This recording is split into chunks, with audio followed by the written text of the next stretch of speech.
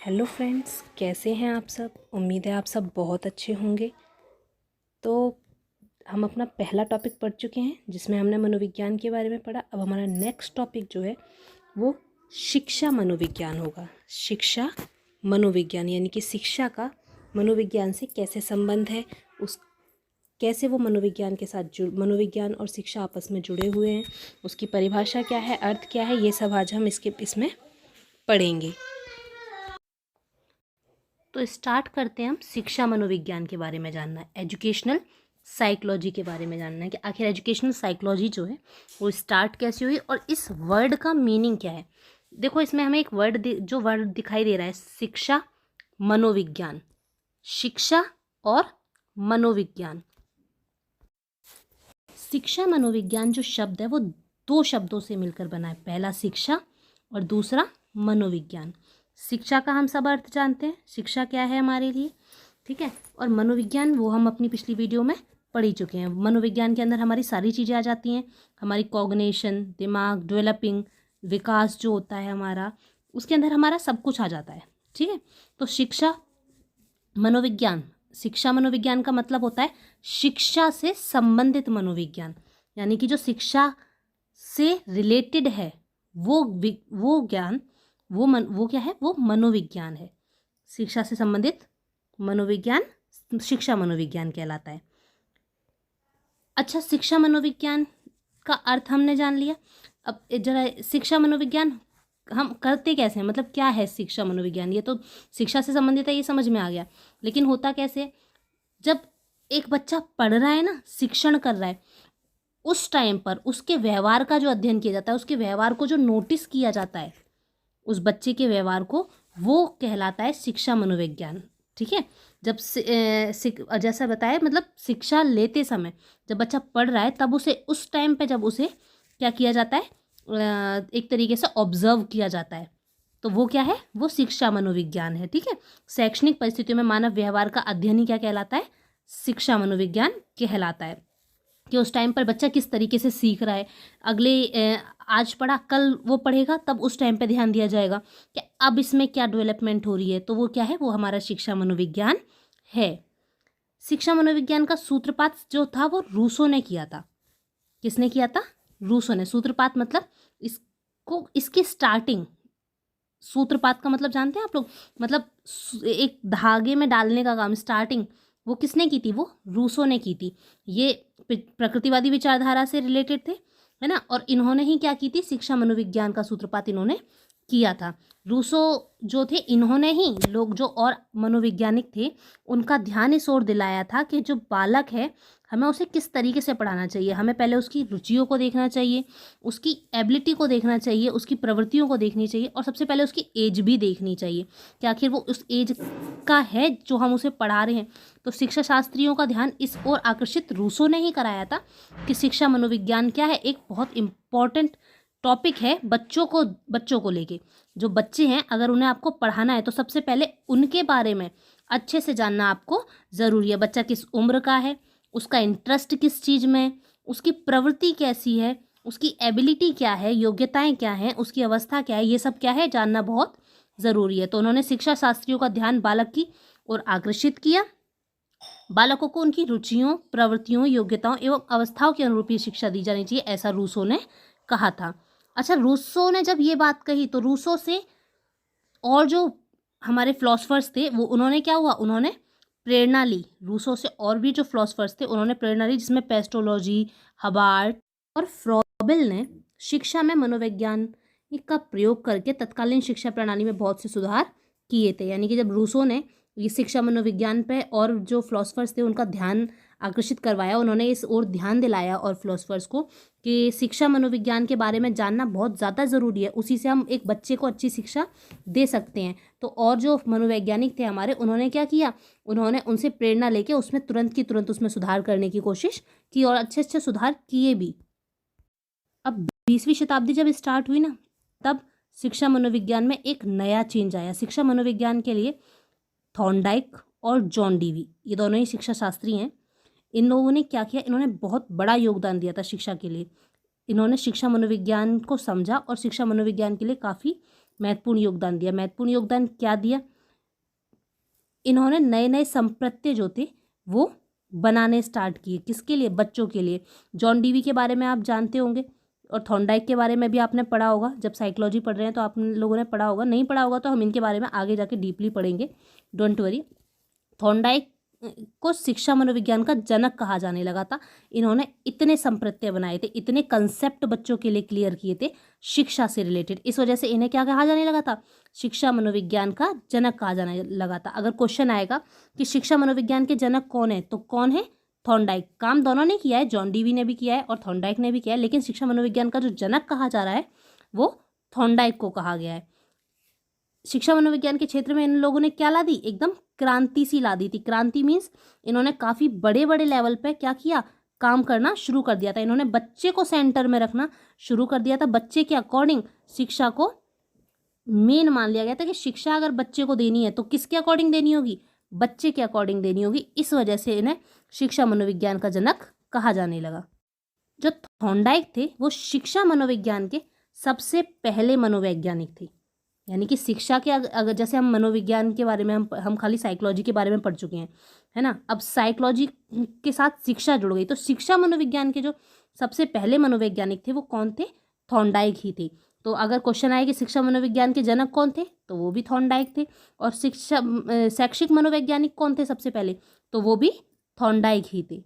Okay, तो आप लोगों को इतना समझ में आ गया होगा कि शिक्षा मनोविज्ञान है वो दो शब्दों से मिलकर बना है।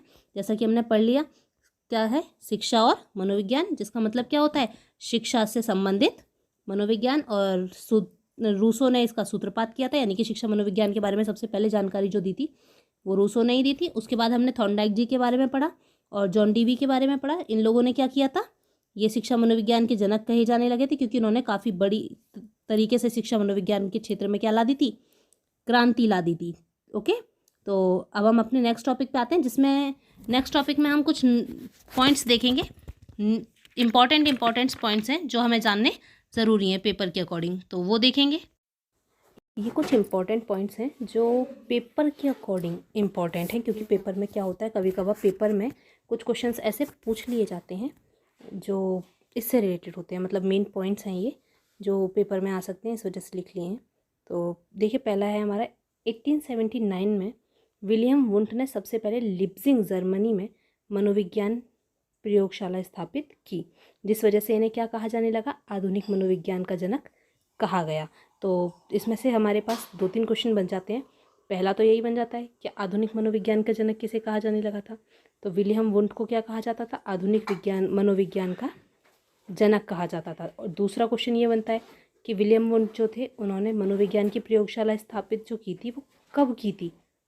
ठीक है, तो किस सन में की थी? 1879 में। अच्छा, थर्ड क्वेश्चन इससे हमारा बन रहा है कि उन्होंने 1879 में मनोविज्ञान की प्रयोगशाला स्थापित कहाँ की थी? तो कहाँ स्थापित की थी? लिप्जिंग जर्मनी में। ओके, तो ये 3 क्वेश्चन हमारे इससे बन रहे हैं। पहला, आधुनिक मनोविज्ञान के जनक कौन है? विलियम वुंट हैं। विलियम वुंट ने कब मनोविज्ञान प्रयोगशाला स्थापित की?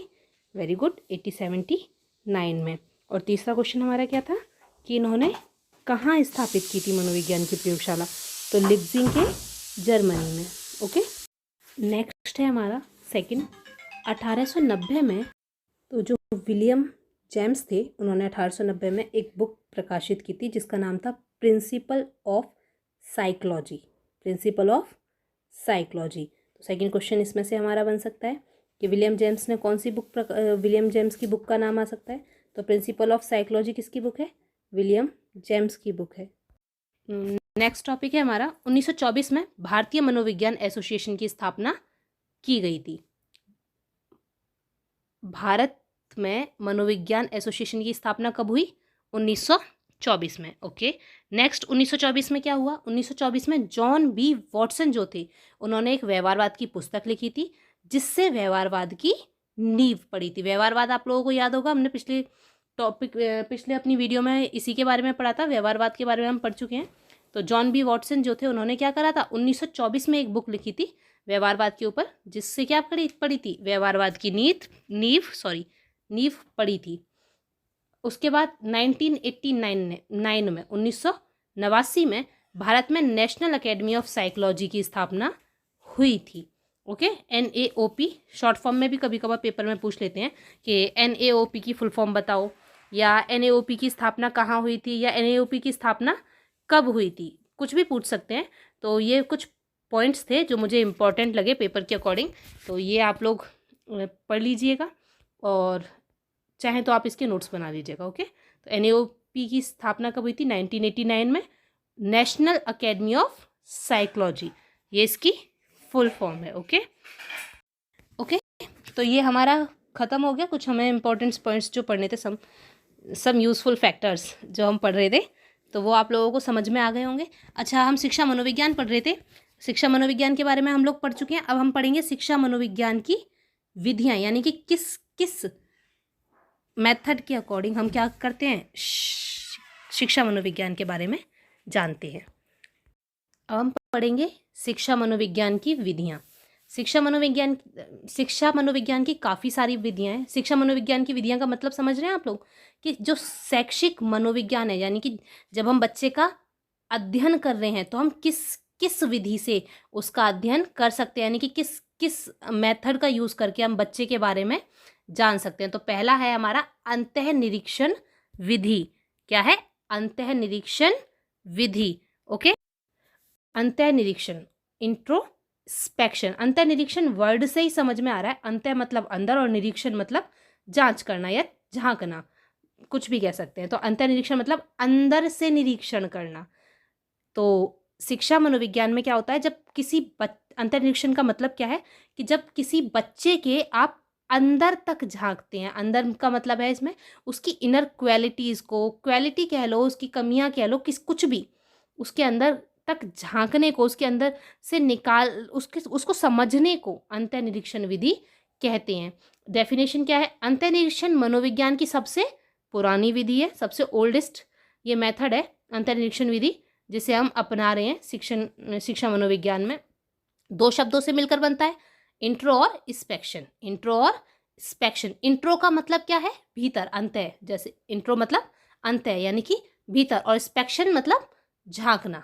तो अंदर झांकना, भीतर झांकना। इंट्रोस्पेक्शन का मतलब क्या हुआ? भीतर झांकना। समझ में आ गया? अंतर्निरीक्षण का मतलब क्या होता है? अंतर्निरीक्षण विधि वो विधि है जिसके अंदर हम क्या करते हैं, एक बच्चे के अंदर तक झांकते हैं कि उस बच्चे में क्या एबिलिटी है, क्या वो करना चाहता है, उसकी क्वालिटीज़ क्या है, उसकी वीकनेस क्या है, उसका इंटरेस्ट किस में है, ये सब हम क्या करते हैं, इसके थ्रू हम जानने की कोशिश करते हैं। तो वो हमारी कौन सी विधि कहलाती है? अंतः निरीक्षण विधि। अगर पेपर में क्वेश्चन आता है कि किस विधि के द्वारा, सबसे पुरानी विधि कौन सी है, तो अंतः निरीक्षण विधि है। और कौन सी विधि है जिसमें हम बच्चे को अंदर तक से जान लेते हैं, तो कौन सी विधि है? वो अंतः निरीक्षण विधि। ओके, अंतः निरीक्षण विधि। ओके, समझ में आ गया सभी को? Introspection method. ओके, नेक्स्ट है हमारी अवलोकन विधि।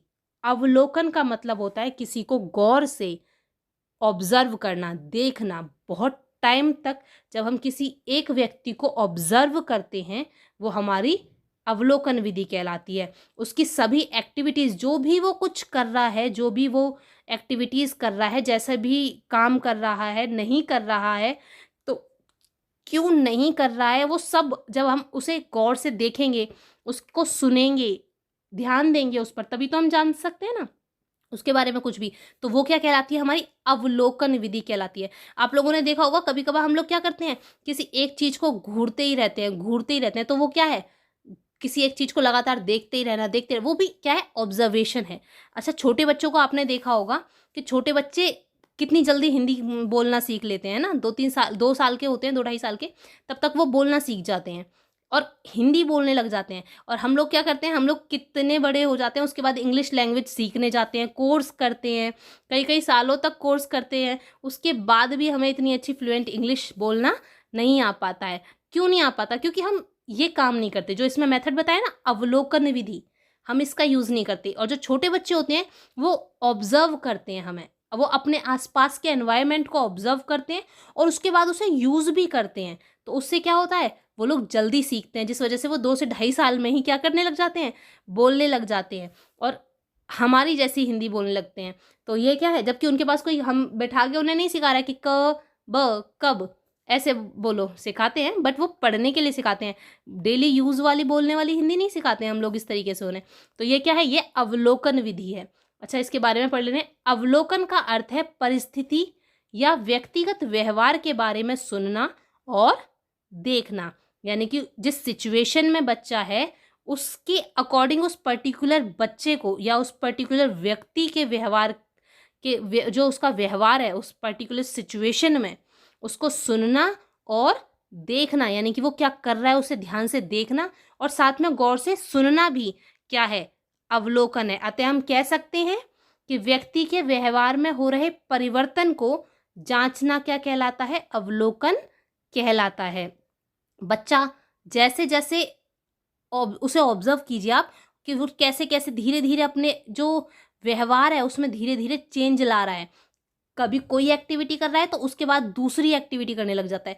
पहले जो छोटा बच्चा होता है वो क्या करता है, सकिंग करता है, फिर धीरे धीरे क्या करने लग जाता है, धीरे धीरे उसमें पहले बच्चा जो होता है वो मुट्ठी से सीधे हाथ में पकड़ लेता है चीज़ों को डायरेक्ट, है ना।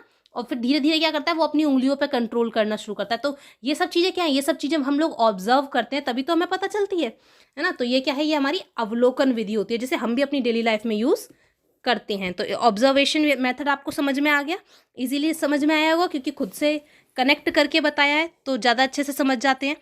लेकिन हमें जो ये पढ़ना है ये याद रखिएगा, हमें अपने अकॉर्डिंग नहीं, हमें एक बच्चे के अकॉर्डिंग पढ़ना है। अगर ऑब्जर्वेशन मेथड आता है पेपर में तो आपको अपने अकॉर्डिंग नहीं देखना, आपको एक अपने जो छोटा बच्चा है जिसे हमें पढ़ाने जाना है उसके अकॉर्डिंग देखना है, क्योंकि हमसे क्वेश्चन बच्चे के लेवल पर पूछा जाता है, बच्चे को केंद्र में रख के पूछा जाता है। तो अवलोकन विधि के बारे में आपको समझ में आ गया, अवलोकन विधि क्या है। ओके, तो नेक्स्ट पॉइंट पे आते हैं हम अपने। नेक्स्ट पॉइंट है हमारा, नेक्स्ट है हमारी प्रयोगात्मक विधि, एक्सपेरिमेंटल मेथड। नाम से ही पता चल गया होगा, इतनी तो हमने साइंस पढ़ी है कि एक्सपेरिमेंट कहाँ होते हैं, साइंस में। एक्सपेरिमेंटल मेथड यानी कि प्रयोगात्मक विधि जिसमें बच्चा प्रयोग करता है, जिसमें बच्चा क्या करता है, प्रयोग करता है और सीखता है। और हम भी क्या करते हैं, हम भी प्रयोग के माध्यम से ही बच्चे को समझ। अच्छा, प्रयोग करके सीखना, प्रयोग करके कोई कैसे सीखता है पता है। देखो, जब छोटे बच्चे होते हैं आपने देखा होगा कि वो खुद करके सीखने पे ज़्यादा ध्यान देते हैं। मतलब आप बच्चे से मना करोगे नहीं आपको ये काम नहीं करना है तो वो उस काम को ज़रूर करेंगे। क्यों? क्योंकि छोटे बच्चों की आदत होती है कि वो खुद करके ही सीखेंगे, उन्हें खुद करके ही सीखना है। तो आप किसी भी काम की मना कर लेना वो खुद ही करेंगे, क्योंकि उन्हें प्रयोगात्मक विधि जो होती है, एक्सपेरिमेंटल मेथड जो होता है वो ज़्यादा अच्छा लगता है। तो जो एक्सपेरिमेंटल मेथड था उसकी सबसे पहले जो शुरुआत की थी वो विलियम वुंट जी ने की थी। इन्होंने लिप्जिंग में एक प्रयोगशाला स्थापित की थी जिसमें 1879 में इन्होंने सबसे पहले इसकी शुरुआत की थी। किसकी? प्रयोगात्मक विधि की। और प्रयोगात्मक विधि जो होती है ना, इसमें हम क्या करते हैं, परीक्षण या जांच करते हैं, यानी कि कोई एक्सपेरिमेंट करते हैं और उसकी जांच करते हैं। तो इसमें क्या होता है, ये हम ऐसा नहीं है कि हम किसी भी तरीके से, जैसे हमने अभी कहा कि बच्चे प्रयोग करके सीखते हैं, तो बच्चा कुछ भी करेगा और कुछ भी सीखता है ना। वो अगर उसे पता है कि इसमें से आवाज़ आ रही है, किसी चीज़ में से आवाज़ आ रही है, तो वो चेक करके देखेगा कैसे आ रही है। वो कुछ भी तरीका यूज़ कर सकता है, उसे घेर के तोड़ के कुछ भी कर सकता है। बट जो प्रयोगशाला होती है, जो प्रयोगात्मक विधि जब हम यूज़ कर रहे हैं, तो ऐसा नहीं है हम इसे कैसे भी यूज़ कर लेंगे। इसका एक तरीका होता है, क्रमबद्ध ढंग से, क्रमबद्ध मतलब एक तरीके से, प्रॉपर वे में हम इसका प्रयोग करते हैं, ना कि एक अव्यवस्थित ढंग से, कि ऐसे ही नहीं कि कुछ भी कर लिया। एक प्रॉपर वे होता है, उसमें हम क्या करते हैं, इस विधि का प्रयोग करते हैं, इस विधि का यूज़ करते हैं। तो विलियम वुंट जी ने सबसे पहले ये प्रयोगशाला में प्रयोगात्मक विधि का प्रयोग किया था 1879 में। और प्रयोगात्मक विधि का मतलब होता है परीक्षण करना या जांच करना, जिसके ज़रिए हम क्या करते हैं, बच्चे के बारे में जानते हैं। परीक्षण विधि की, प्रयोगात्मक विधि में हम अपना टेस्ट वगैरह भी ले सकते हैं। जैसे कि हमने क्या किया, एक टेस्ट तैयार किया बच्चे के लिए, हमने उसे दिया, अब वो करेगा और हम चेक करेंगे। तो ये क्या था, ये हमारे एक एक्सपेरिमेंट था। कोई एक्टिविटी दे सकते हैं हम बच्चों को, पेपर नहीं, चलिए हम एक्टिविटी दे देते हैं। कोई एक्टिविटी दे सकते हैं बच्चे को, और वो बच्चा अगर उस एक्टिविटी को कर लेता है तो क्या है, ठीक है। हम बच्चे के बारे में अगर कर लेता है तो ठीक है, नहीं कर लेता है तो ठीक है। हमें क्या करना है, हमें सिर्फ ऑब्जर्व करना है, हमें समझना है। हम क्या कर रहे हैं उस टाइम पे, बच्चे को समझने की कोशिश कर रहे हैं, उसके इंटरेस्ट को देखने की कोशिश कर रहे हैं। तो हमें पता चल जाएगा कि बच्चा क्या है, क्या कर सकता है, क्या नहीं कर सकता है, उसका इंटरेस्ट लेवल हमें पता चल जाएगा। तो ये क्या थी, हमारी प्रयोगात्मक विधि थी। हम नेक्स्ट पे आते हैं, हमारी नेक्स्ट है मनोविश्लेषण विधि। ओके, नेक्स्ट क्या है हमारी मनोविश्लेषण विधि, साइको एनालिसिस मेथड। अच्छा, साइको एनालिसिस मेथड जो है वो किसने दिया था? फ्रॉइड ने आरंभ किया था, स्टार्ट इन्होंने किया था कि फ्रॉइड ने, लेकिन जुंग और एडलर जो थे इन्होंने इसे विकसित किया था। तो तीन लोगों ने मिलके मनोविश्लेषण विधि दी है। किसने? फ्रॉइड ने, जुंग ने और एडलर ने। फ्रॉइड ने इसे आरंभ किया। अगर क्वेश्चन आता है कि आरंभ किसने किया था मनोविश्लेषण विधि को, तो फ्रॉइड ने इसे आरंभ किया है और जुंग और एडलर ने इसे विकसित किया था। अच्छा, मनोविश्लेषण विधि है क्या? मनोविश्लेषण का मतलब है जो बच्चे के मन में चल रहा है, मन के अंदर चल रहा है या उसके व्यक्तित्व में, बेसिकली साइको एनालिसिस मतलब बच्चे के मनोविज्ञान को, मनोविश्लेषण का मतलब है मन जो साइकोलॉजी है उसका विश्लेषण, बच्चे की जो साइकोलॉजी है उसका विश्लेषण करना मनोविश्लेषण विधि है। ठीक है, मेनली अगर हम समझे तो इसका ये मतलब है। अच्छा, मनोविश्लेषण विधि क्या करती है? ये व्यक्तित्व के विकास में बचपन के अनुभवों पर बल देती है। यानी कि बचपन के अनुभव मतलब जो बच्चे ने बचपन में सीखा है ना, जो बच्चा स्टार्टिंग में सीख चुका है, उसी के जरिए उसे आगे बढ़ाने की कोशिश, यानी कि जो वो सीख चुका है उसे साथ लेके, ये नहीं कि उसे छोड़कर, जो उसके पास है उसको साथ लेकर ही उसे आगे बढ़ाने की कोशिश करती है। इसकी सहायता से हम अचेतन मन को जान लेते हैं। इसके द्वारा हम व्यक्ति के मन, व्यक्तित्व और उसकी धारणा के बारे में अध्ययन करते हैं। यानी कि जो अभी इसमें बोला ना, बचपन के अनुभवों पर बल देती है, यानी कि उसका जो स्टार्टिंग में जो उसके अनुभव रहे हैं बच्चे के, उसके अकॉर्डिंग हम उसके बारे में जानने की, उसके व्यक्तित्व के बारे में, उसकी क्या उसकी धारणा रही होगी, उस सब का अध्ययन हम उसके बारे में करते हैं। पहले उसके अनुभवों को देख लेते हैं कि आखिर उसके अनुभव रहे कैसे हैं। ओके, तो ये हमारी मनोविश्लेषण विधि है। ओके, नेक्स्ट पर आते हैं हम अपनी।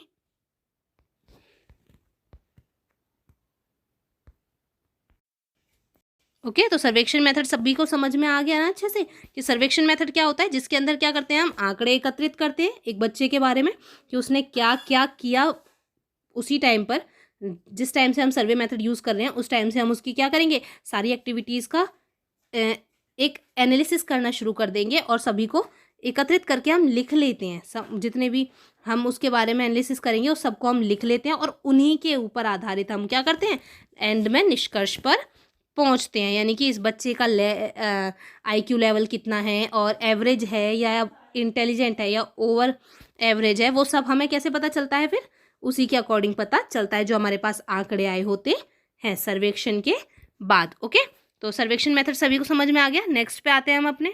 अच्छा, ये तो हमारी कुछ मेथड्स हो गए। अब हम कुछ स्टडीज़ पढ़ेंगे। स्टडीज़ क्या है? पहली हमारी है लंबवत अध्ययन। ओके, लंबवत अध्ययन क्या होता है? लंबवत अध्ययन, लंबवत से ही समझ में आ रहा होगा, लंबा है ना, पॉइंट पॉइंट जुड़ जुड़ के जैसे एक लाइन लंबी होती चली जाती है ना, उसी तरीके से कुछ लंबवत अध्ययन होता है। लंबवत अध्ययन क्या होता है? अच्छा, अब हम पढ़ते हैं इसके बारे में। अच्छा, लंबवत मैं पहले समझा देती हूँ, फिर हम डेफिनेशन को देखेंगे। जब एक बच्चे को आपने कुछ पढ़ा दिया, ठीक है, एक टॉपिक पढ़ा दिया, मान लीजिए आपने नाउन पढ़ा दिया एक बच्चे को, ठीक है, उसे नाउन समझ में आ जाएगा। नाउन क्या होता है? किसी व्यक्ति का नाम क्या होता है? नाउन होता है। किसी व्यक्ति का क्या, किसी भी चीज़ का नाम नाउन होता है। अब उसे नाउन समझ में आ गया, नाउन क्या होता है। अब जो आपका अगला टॉपिक है वो क्या होगा? प्रोनाउन। तो अब बच्चा प्रोनाउन को जब आप उसे पढ़ाओगे तो वो अच्छे से समझ सकेगा। क्यों? क्योंकि उसे नाउन समझ में आ गया। नाउन क्या होता है कि किसी भी चीज़ के नाम को क्या कहते हैं? नाउन कहते हैं। तो अब जब हम उसे पढ़ाएंगे कि प्रोनाउन क्या होता है तो उसे इजीली समझ आएगा कि किसी भी चीज़ का नाम क्या था? नाउन था। तो अब जब हम किसी चीज़ का नाम नहीं ले रहे हैं, उसकी जगह तुम, वह, यह यूज़ कर रहे हैं, तो वो क्या है? प्रोनाउन है। यानी कि हमने यहाँ क्या गायब कर दिया? जब हम प्रोनाउन पढ़ रहे हैं तो उसे ये चीज़ समझ में आ जाएगी, यहाँ हमने नाउन गायब कर दिया, तब क्या बना है? तब प्रोनाउन बना है। उसे ये चीज़ अच्छे से समझ में आ जाएगी। तो ये क्या है? यही होता है लंबवत अध्ययन। मीन्स जब पहली चीज़ को उसे पढ़ाया जाएगा, उसके आधार पर जब उसका दूसरा टॉपिक या दूसरा लेसन या दूसरी चीज जब जो तैयार की जाएगी वो उस अध्याय जो है वो दूसरा उसी के आधार पर किया जाएगा, जिससे क्या होगा, वो उसे कोरिलेट कर पाएगा, पिछले को अगले वाले से रिलेट कर पाएगा, तो वो उसे अच्छे से समझ में आएगा, उसे ही हम लंबवत अध्ययन कहते हैं। यही हमारा लंबवत अध्ययन है। अच्छा, आप डेफिनेशन जरा एक बार पढ़ लेते हैं। वह अध्ययन जो छात्र पढ़ चुका है तथा उसी के आधार पर अगले पाठ की तैयारी कर रहा है, यानी कि जो वो पढ़ चुका है उसी को बेस मानकर, यानी कि उसी को समझ के वो दूसरे पाठ की क्या कर रहा है, तैयारी कर रहा है। जब छात्र पहले अध्याय के आधार पर दूसरे अध्याय को संबंधित करता है तो वह लंबवत अध्ययन कहलाता है, यानी कि जो उसने पहला पाठ पढ़ लिया उसी के आधार पर जो वो दूसरे पाठ को उससे क्या कर रहा है, रिलेट कर रहा है कि अच्छा हाँ मैंने ये पढ़ा था, ये चीज़ ठीक है ठीक है ठीक है, ये दोनों समझ में आ गई है ना, तो वो क्या है, लंबवत अध्ययन कहलाता है। अध्ययन का यह तरीका संरचनात्मक और प्रगतिशील होता है। संरचनात्मक मतलब एक संरचना में होता है, ये नहीं कि टेढ़ा मेढ़ा कुछ भी पढ़ा दिया कि आज हमने गिनती पढ़ा दी और कल हम गुणा कराने लगे, तो बच्चे को गिनती पढ़ाते ही डायरेक्ट आप गुणा कराने लग जाओ, वो नहीं रिलेट कर पाएगा। वो दोनों चीज़ें उसके लिए बहुत अलग है, हैं दोनों नंबर से रिलेटेड, लेकिन वो रिलेट नहीं कर पाएगा। क्यों? क्योंकि वो दोनों ही चीज़ बिल्कुल अलग है आपस में, तो वहाँ रिलेशन बिल्कुल बन नहीं पड़ पाएगा। ठीक है, तो संरचनात्मक ढंग से चलते आए लंबवत अध्ययन जो होता है, और प्रगतिशील होता है। प्रगतिशील कैसे होता है, पहले एक पॉइंट, फिर उसके बाद उससे ही रिलेटेड दूसरा पॉइंट, यानी कि उससे ही जुड़ा हुआ थोड़ा बहुत वो पढ़ाया जाएगा, तो वो क्या हो गया, वो प्रगतिशील होता है। इसका उद्देश्य होता है एक बच्चे के ज्ञान के स्तर को बनाना, उच्च स्तर के ज्ञान को बच्चे के अंदर बनाना इसका उद्देश्य होता है। ओके, लंबवत अध्ययन सभी को समझ में आ गया। चलिए नेक्स्ट पढ़ते हैं हम हमारा नेक्स्ट अध्ययन। नेक्स्ट है हमारा क्षैतिज अध्ययन, हॉरिजॉन्टल स्टडीज। अच्छा, अब क्षैतिज अध्ययन क्या होता है पहले समझ लेते हैं। ठीक है, एग्जाम्पल के थ्रू। क्षैतिज अध्ययन, अब जैसे हमने कहा कि हमने बच्चे को क्या पढ़ाया, नाउन पढ़ा दिया। ठीक है, अब नाउन पढ़ा दिया, नाउन के बाद में फिर हम क्या पढ़ाएंगे उसे, नाउन के पार्ट्स पढ़ाएंगे। ओके, तो जैसे हमने बच्चे को नाउन पढ़ाया, अब नाउन के बाद हम क्या पढ़ाएंगे उससे, उसमें proper noun, collective noun, common noun, ये सब चीज़ें, मतलब उसके काइंड्स ऑफ नाउन पढ़ाएंगे। तो उससे क्या होगा, उससे बच्चे को समझ में आ जाएगा। उसे जब नाउन समझ में आ गया तो उसे वो सब भी समझ में आ जाएगा। अच्छा, आप डेफिनेशन देख लेते हैं।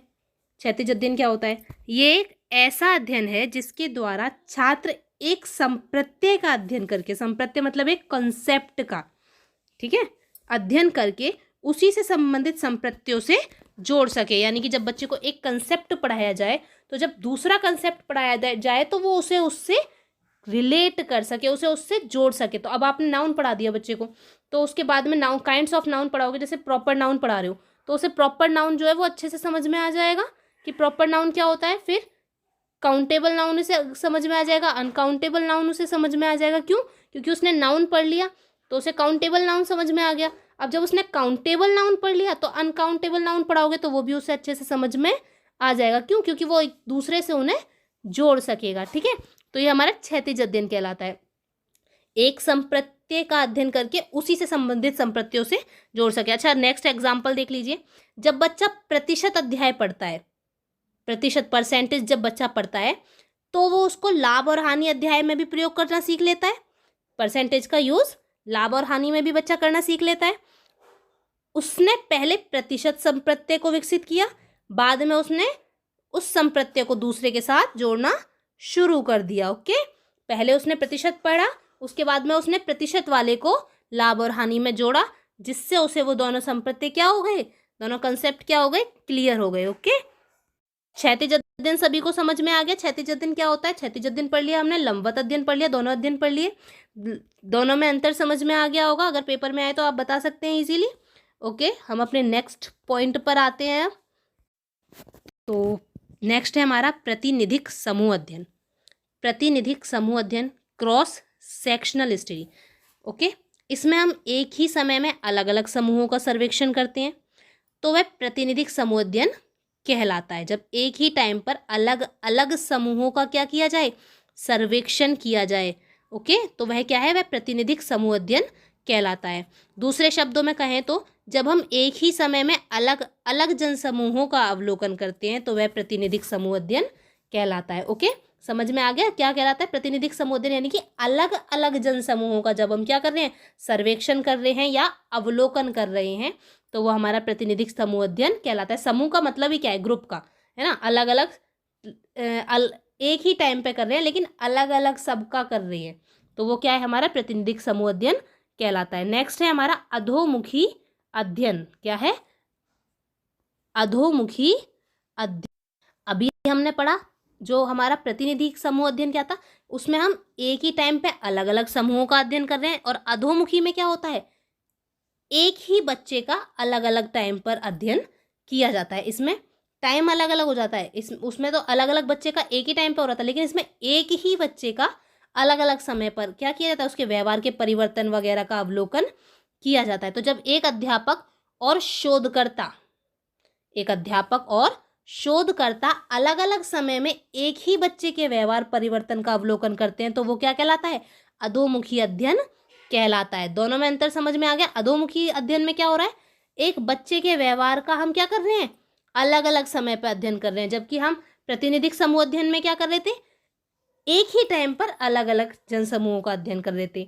ओके, नेक्स्ट है हमारा व्यक्ति अध्ययन, जिसे हम केस स्टडी कहते हैं। ये काफ़ी बार पेपर में पूछा जा चुका है, केस स्टडी पे क्वेश्चंस आते हैं नॉर्मली। इस विधि में किसी आदमी के मनोवैज्ञानिक गुणों तथा मनोसामाजिक और भौतिक पर्यावरण के संदर्भ में उसके मनोवैज्ञानिक इतिहास आदि की का गहनता से अध्ययन किया जाता है।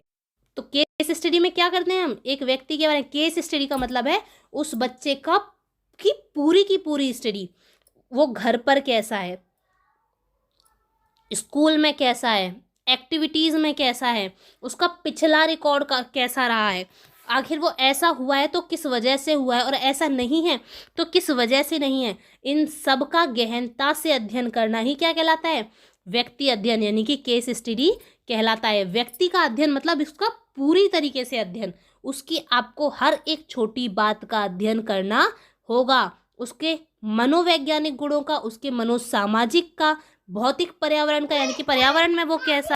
तो ये था हमारा व्यक्ति अध्ययन। उम्मीद है आप सभी को ये सब कुछ समझ में आ गया होगा जितना भी हमने पढ़ा।